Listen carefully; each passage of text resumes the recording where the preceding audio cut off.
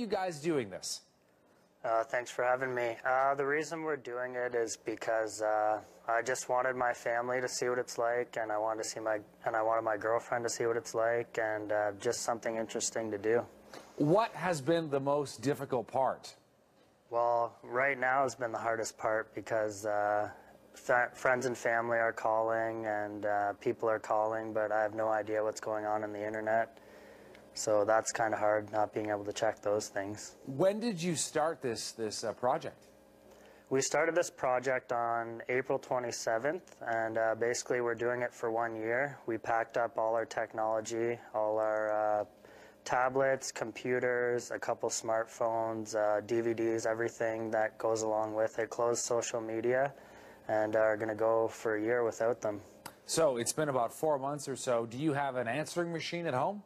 No, I don't have an answering machine, and the reason I don't have one is because when I grew up, we didn't have one until we were about 10, so the only thing I use is a rotary phone with no answering machine. Now, I know you got kids. I noticed that they're not teenagers, though. Does that make things a little bit easier? Would it be harder, I suppose, if they were older, having to unplug them from social media? Yeah, I really think it'd almost be next to impossible, and that's a pretty interesting thing because a lot of people have asked me that. Do you think you can do this still in 10 years? And you never know, maybe we can. How have the kids reacted? The kids have been awesome about it. We moved into a house built in the early 1980s the first day we started the project, and basically the 5-year-old associates the technology we had, phones, tablets, computers, with the old house.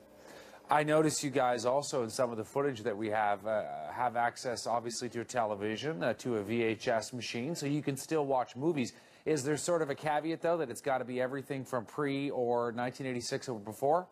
No, that's like one thing. We have a VHS player, but we do have some movies. A lot of movies have got donated to us from friends and family and cartoons, and since we don't have cable TV, that was kind of my meeting in the middle. If the kids ever want to watch a cartoon, we'll have like The Lion King and things like that, but I grew up with that anyways.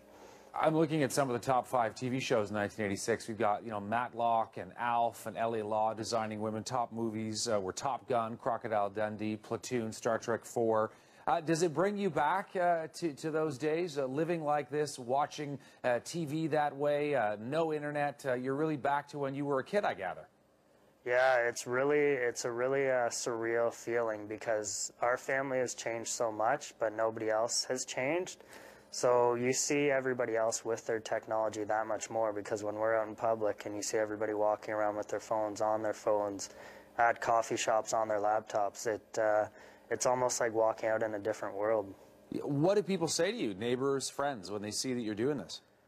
A lot of people just laugh at us, like the way we look, but a lot of people love the project and just want us to do well and want to support it. And I think kind of deep down, a couple people have said to us they wish they could do it. They wish they had the opportunity to do this.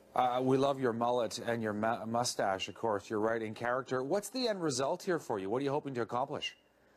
Well, I started out the project just to do a documentary, maybe write a book about it, but I think it's just a project for my girlfriend and I to learn, right? Both of us were sitting, streaming the internet. I was on my smartphone, she was on her tablet, and we'd be sitting on the couch, and we weren't talking to each other, so it was kind of like a project just to get closer and reunite the family and just to show the kids what life was like. And it's working. Oh yeah, it's working out awesome. We've seen a big change in our son's imagination and just the way he plays, so it's been great so far. Awesome with the people we've met. I just can't wait. Blair McMillan, living like it's 1986. Thanks so much for coming on our show today, Blair. Yeah, no problem. Thanks for having me.